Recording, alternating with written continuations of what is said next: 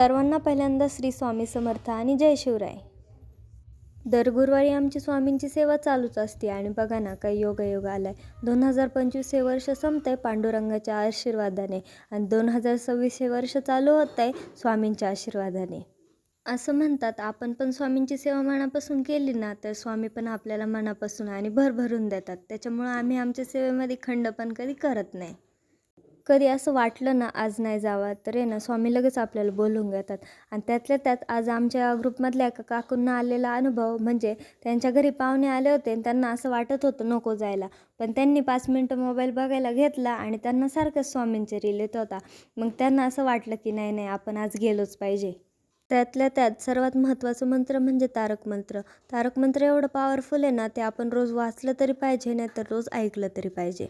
जिथे स्वामी पाय तिथे न्यून काय, स्वये भक्त प्रारब्ध घडवी माय. आज्ञे परलोकी विधी दयाला, अशाची वितोषी महिने करू दे. जवळी उभी स्वामी शक्ती करू दे. जगी जन्म मृत्यू असे खेळ त्यांचा, नको घाबरू तू असे बाळ त्यांचा. आणि तारक मंत्राबरोबर कालभैरव अष्टक तर म्हटलंच पाहिजे.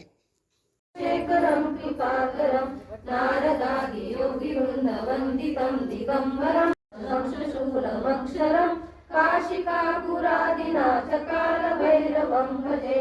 शूलकण्ठपाशदण्ड पाणिमादिकारणं, श्यामकायमादिदेवमक्षरं निरामयं.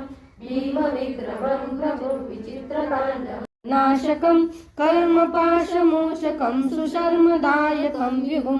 सवर्णवर्णशेषपाशशोभिताङ्गमण्डलं, काशिकापुरादिनाथ कालभैरवं भजे. आपण आहे ना दिवसातून एकदा तरी स्वामींचं नामस्मरण केलंच पाहिजे. आणि त्यातल्या त्यात जर आपल्याला आपली प्रगती बघायची असेल आणि आपल्याला चांगल्या मार्गाने गेलेलं बघायचं असेल ना तर स्वामीची भक्ती आहे ना नक्कीच करा तुम्ही. त्याचबरोबर आपल्या यूट्यूब चॅनलला आणि इंस्टाग्राम पेजला आहे ना नक्कीच फॉलो करा.